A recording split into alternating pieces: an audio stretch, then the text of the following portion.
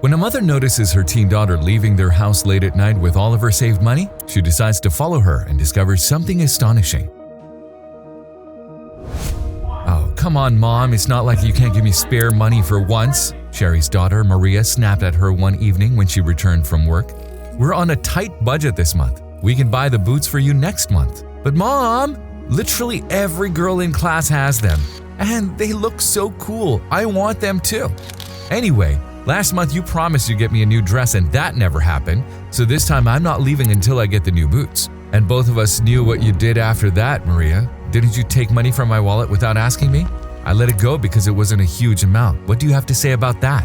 "But that's not my fault, Mom," Maria snapped. "It's because you haven't given me any pocket money for 2 months. You keep telling me that we can't afford anything, and whenever I ask you to buy me something, it's pushed forward till an infinite time. Stop acting like that. It's really pissing me off." "Maria, mind your language. Just because I'm talking politely to you doesn't mean you can say anything you want." "Well, you deserve it, Mom," Maria snarled. "It's because of you that Dad is no more with us. You couldn't afford to pay his treatment and he died. You want me to suffer too? Listen, I am not like Dad. You can't do anything you want." "Maria, Actually, I shouldn't be talking to you, Mom. You'll just say things and do nothing. I'm going to my room and let's not talk for a while. You really irritate me these days." With that, Maria went to her room and slammed the door behind her. Poor Sherry was left in tears. When Maria turned 14, her father Alec died from cancer. Sherry did everything she could to save him, from chemotherapy sessions to taking care of him after her working hours. But as the hospital bills grew more expensive, all of their savings and insurance money ran out, and she was unable to save Alec. Unfortunately, she was an orphan with no living relatives who could help her, so after Alec died, she was left to care for Maria on her own. She worked as a waitress at a nearby diner, and due to the low pay, she lived on a shoestring budget almost every month. On the other hand, Maria's demands just kept rolling every month. Sometimes it was the dress her friends were flaunting, and other times it was new makeup or shoes. Sherry didn't want to say no to Maria outright, but she didn't have a choice. However, unlike previous occasions, the outcome this time was even worse. After that heated argument, Maria and Sherry didn't talk to each other for almost 3 months. There would be a casual hi or "I'm leaving the house and I might be late," but nothing more than that. Sherry had thought that if she gave some more time to Maria, things would improve. Moreover, she had started looking for a better job to avoid the everyday quarrels at home and give her daughter a better life. Fortunately, she was hired as a receptionist just a few days after applying for the position. The day she went to the office to accept her employment letter, she arrived home late at night because her new office was in a different part of town. She decided to surprise Maria with the news, and in order to break the tension between them, she'd also purchased a cake on her way back to celebrate.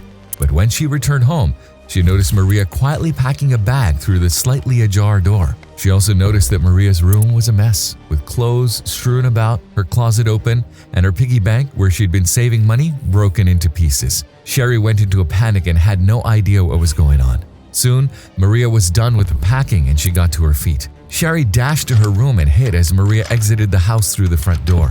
Sherry decided to follow her daughter that night to see where she was going, thinking she was up to something wrong. She walked silently behind her, making sure she didn't notice her, and after a few minutes, she saw Maria walking to an alley filled with dumpsters. She hid behind a wall, and a few seconds later, she saw a scruffy man approaching Maria. Maria took all of her money, a blanket, and a few old clothes from her bag and offered them to the man. "These are my father's clothes. I hope they fit you. I'm sorry I can't take you home, but you can sleep here wrapped in a blanket. It'll keep you warm in winter." Sherry's eyes welled up when she saw Maria helping someone in need. Suddenly, she noticed her putting on her hoodie cap and walking toward the alley's exit. Sherry sped up her steps and arrived home before Maria thanks to a shortcut she knew. When the young girl entered the house, Sherry turned all the lights on. "So, Maria, where were you until late at night?" she asked, pretending to be stern. "I don't need to answer you, Mom. And why were you so late? I thought you'd be sleeping off at someone else's place. It's not like..." Before Maria finished, Sherry stepped forward and hugged her. "I'm so proud of you, Maria. You didn't have to hide it from me."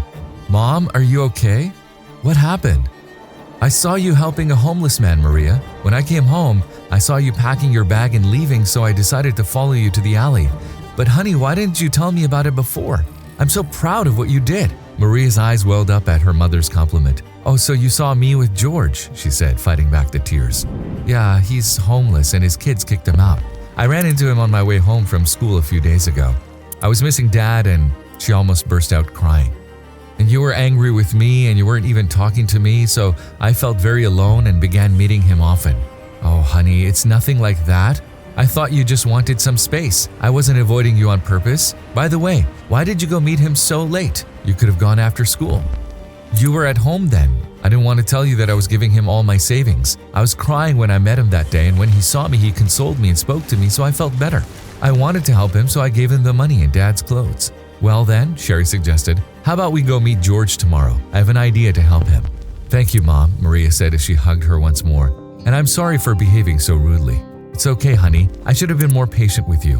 By the way, I got a cake because I found a new job. Let's cut it together. Congratulations, Mom. 13 years later, Maria began working as a software engineer in California, and she and her mother relocated from their hometown. When Maria answered the door upon hearing the doorbell on a Sunday afternoon, she discovered a letter on her doorstep. It was addressed to her, but there was no information about the sender. Maria was curious, so she ripped open the envelope's flap. But as she opened the letter and began reading, her past flashed in front of her eyes. Dear Maria, thank you for helping me when nobody did. I hope you haven't forgotten me. I was hired as a security guard with your mother's help. I was sad that you and your mother left for California after you got a scholarship to study there. But thanks to you and your mother, I felt like I had a family again. Also, thank you for leaving your new address with me. I know it will come as a surprise to you, but I was never a homeless man. I am a wealthy businessman, and after I found out my kids and wife were just after my money, I disguised myself to find an heir. When I met you and your mother, I knew who my inheritor would be. However, I never revealed my identity because I was very happy living a humble life around you two. Sadly, you'd be reading this letter when I'm no longer alive. I was diagnosed with cancer a few months ago, and I'm just counting on my final days now. I left my inheritance to you and your mother, and I hope you continue to be happy. My lawyer will contact you, and he will pay you a visit a week after you receive this letter. Thank you for being so generous and kind to me. With love, George Weeks. Maria couldn't believe her eyes when she read the letter, but when George's lawyer paid her a visit later that week, she learned all of it was true. To honor George's concern for her, Maria accepted his inheritance, but instead of using the money for herself, she used it to start an institution for the homeless. And since then, she's been visiting his grave every year to remember him and pay her respects to his departed soul.